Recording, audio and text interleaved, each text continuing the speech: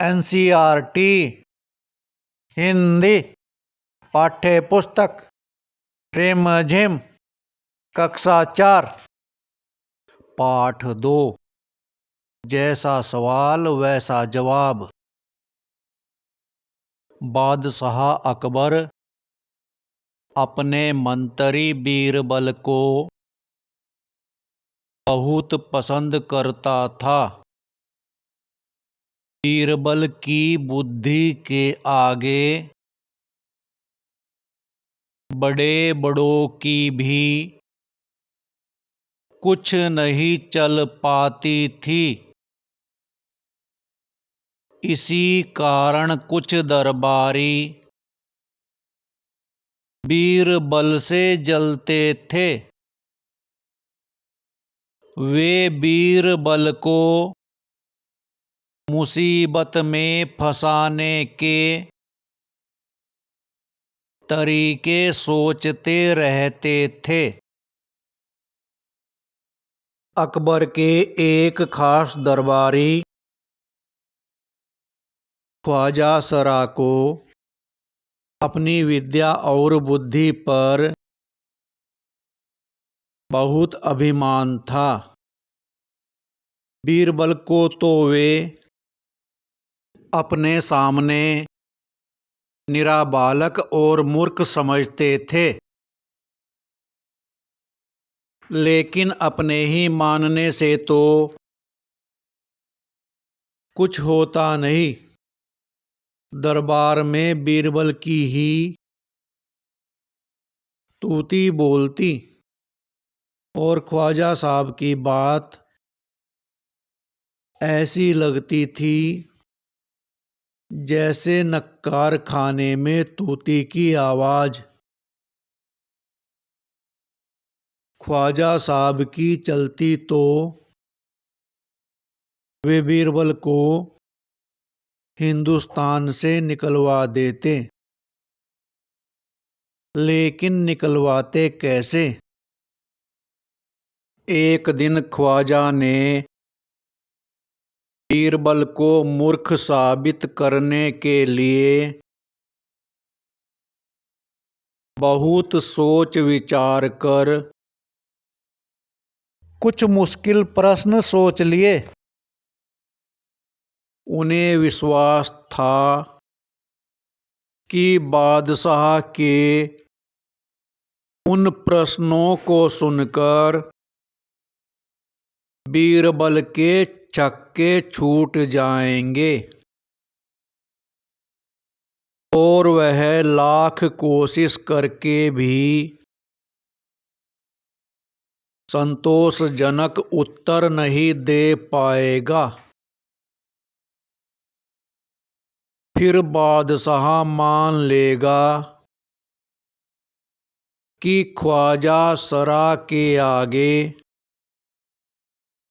बीरबल कुछ नहीं है।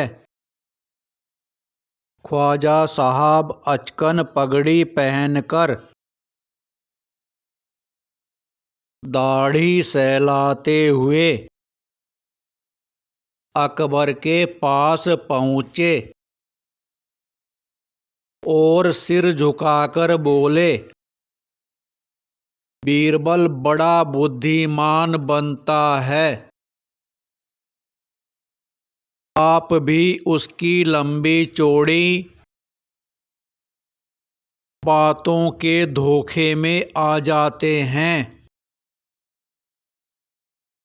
मैं चाहता हूं कि आप मेरे 3 सवालों के जवाब पूछकर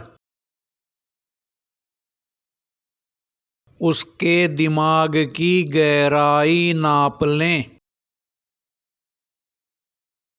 उस नकली अक्ल बहादुर की कलई खुल जाएगी। ख्वाजा के अनुरोध करने पर अकबर ने बीरबल को बुलाया और उनसे कहा, बीरबल परम ज्ञानी ख्वाजा साहब, तुमसे 3 प्रश्न पूछना चाहते हैं। क्या तुम उनके उत्तर दे सकोगे? बीरबल बोले, जहाँ पनाह जरूर दूंगा, खुशी से पूछें। ख्वाजा साहब ने अपने तीनों सवाल लिखकर बादशाह को दे दिए। अकबर ने बीरबल से ख्वाजा का पहला प्रश्न पूछा, संसार का केंद्र कहाँ है? बीरबल ने तुरंत जमीन पर अपनी छड़ी गाड़कर उत्तर दिया, यही स्थान चारों ओर से दुनिया के बीचों बीच पड़ता है। यदि ख्वाजा साहब को विश्वास न हो तो वे फीते से सारी दुनिया को नापकर दिखा दें कि मेरी बात गलत है। अकबर ने दूसरा प्रश्न किया, आकाश में कितने तारे हैं? बीरबल ने एक भेड़ मंगवाकर कहा, इस भेड़ के शरीर में जितने बाल हैं उतने ही तारे आसमान में हैं। ख्वाजा साहब को इसमें संदेह हो तो वे बालों को गिनकर तारों की संख्या से तुलना कर लें।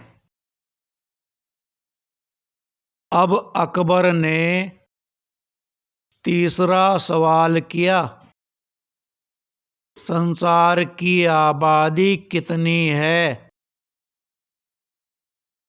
बीरबल ने कहा, जहाँ पनाह संसार की आबादी